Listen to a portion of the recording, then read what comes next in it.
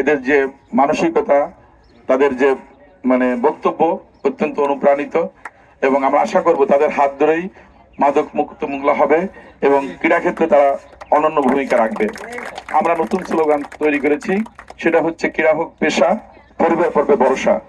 তো শুধু ক্রীড়া একটা পেশা না, যাতে পরিবারের একটা ভরসার জায়গা হয়, যে একজন খেলোয়াড়কে যেন চিন্তা করতে না হয় তাদের জীবন জীবিকা নিয়ে, সেই জন্য এটাকে পেশা হিসেবে নিয়েছি।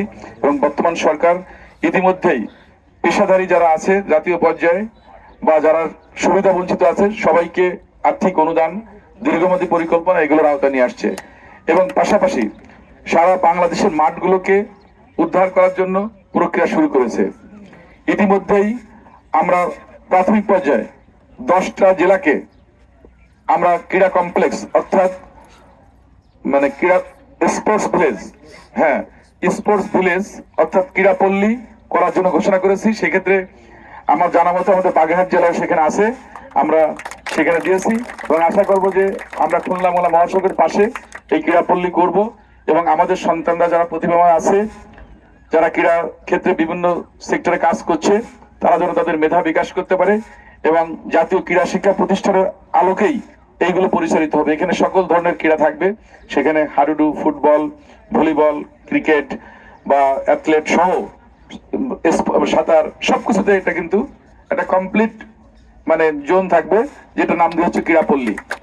তো আমরা আশা করব সেই পল্লীর মধ্য দিয়ে আমাদের এই জনপদে যারা সম্ভাবনাময় ক্রিকেটার আছে, অ্যাথলেট আছে, তারা তাদের জায়গা করে নিতে পারবে।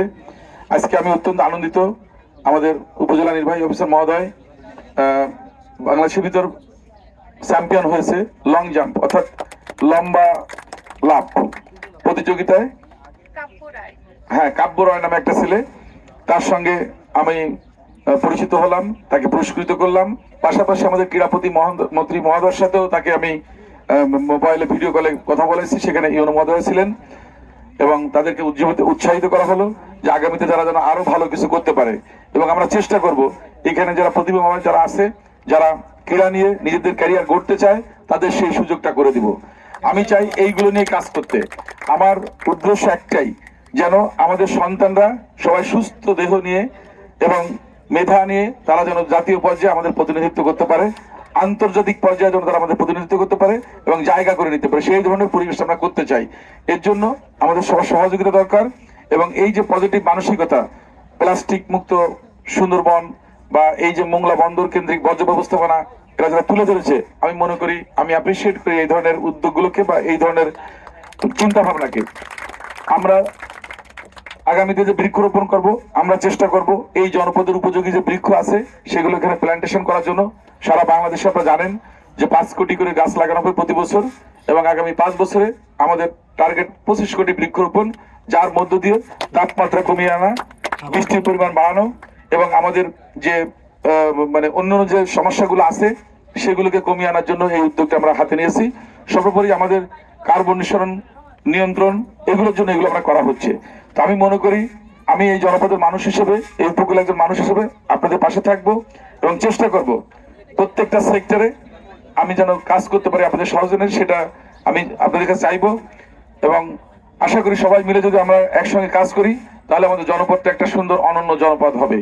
এবং সবচেয়ে বড় কথা, সরকারি পৃষ্ঠপোষকের বাইরে গিয়েও এই মোংলার যে উদ্যমী ছেলেমেয়েরা এই যে প্লাস্টিক মুক্ত যে একটা কথা বলেছেন, আমরা এটির ব্যাপারে ব্যাপক আমাদের মন্ত্রণালয় থেকে, বিশেষ করে পরিবেশ মন্ত্রণালয় থেকে আমরা উদ্যোগ নিচ্ছি যে সিঙ্গেল ইউজ প্লাস্টিক আমরা বর্জন করার চেষ্টা করছি এবং যাতে আমাদের বিকল্প যে পণ্য আছে সেটা যেন আমাদের তাদের হাতে তুলে দিতে পারি, সেটার জন্য আমরা কাজ করছি।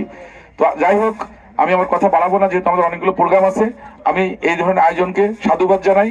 আশা করব এই ধরনের আয়োজন আগামীতে আমাদের সমাজের যে পরিবর্তন সেটার ক্ষেত্রে গুরুত্বপূর্ণ ভূমিকা রাখবে এবং তরুণরাই পারে সমাজকে পরিবর্তন করতে, পরিবারকে পরিবর্তন করতে। সুতরাং আমি আশা করব তোমাদের এই উদ্যোগ বা তোমাদের এই সাহসী পদক্ষেপ আগামীতে আমাদের জনপদে আরো অন্যরা উজ্জীবিত হবে এবং এই ধরনের আয়োজনের মধ্য দিয়ে আমাদের সমাজে মাদক বা অন্যান্য যে অপতৎপরতাগুলো আছে, ব্যক্তিগত যে চিন্তা ভাবনা আছে, সেগুলো থেকে বেরিয়ে আসতে পারবে।